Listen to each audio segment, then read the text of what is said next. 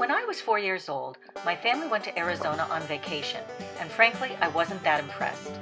It seemed like a whole lot of nothing, with empty space in between.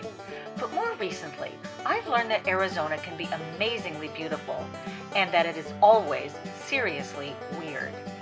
For one thing, Arizona has this crazy love affair with fakes.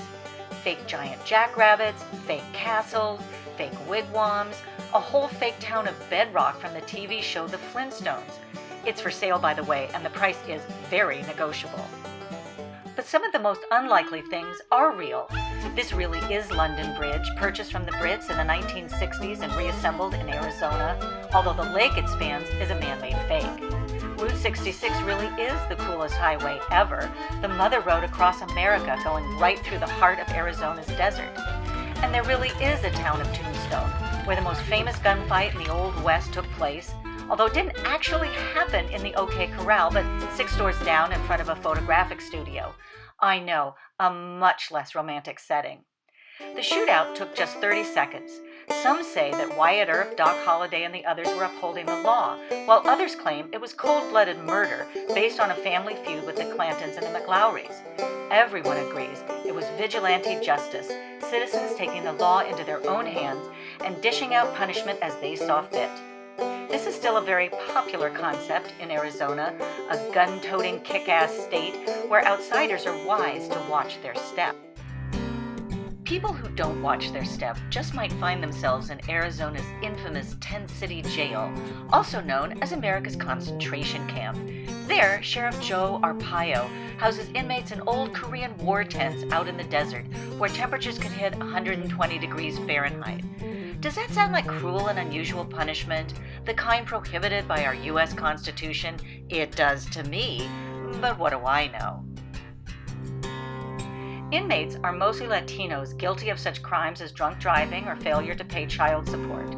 They get 2 meals a day, mostly junk food well past the expiration date, like bologna that's turned green. Prisoners who rebel are put on bread and water, and there are chain gangs for both men and women. Uniforms have old-style black and white stripes, and underwear is bright pink, which the sheriff deliberately chose in order to humiliate the men. Found guilty of racial profiling, ignoring lawsuits, federal indictments, fines, and whopping legal fees, the sheriff prides himself on his concentration camp in the desert.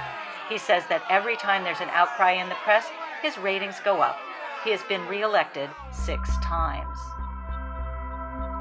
The sheriff is seriously down on illegal aliens, so it must drive him crazy to know that his state is a hotbed of UFO activity. I checked the National UFO Registry, clearly a reliable source, and learned that Arizona residents have reported 20 UFOs just in the last month.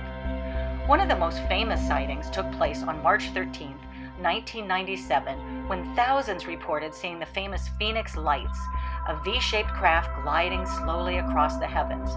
Oh sure, you can believe the government if you want. They say it was flares.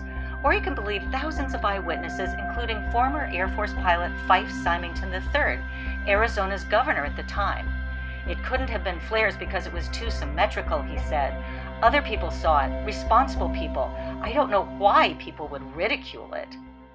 Still not convinced there are UFOs in Arizona? Then how do you account for the alien abduction of Travis Walton, who in 1975 walked toward a bright light in full view of a truckload of his fellow loggers and just disappeared? Skeptical lawmen searched the area for signs of foul play until Walton showed up 5 days later at a gas station.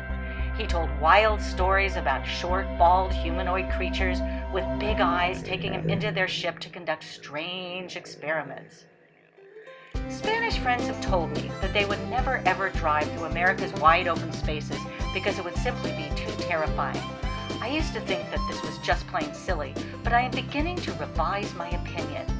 Even something as chipper as this small-town street performer can have a spooky side if you look more closely.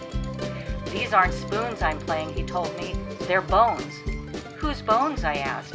My mother-in-law's, he said. I think he was joking, but then again, this is Arizona. Maybe not.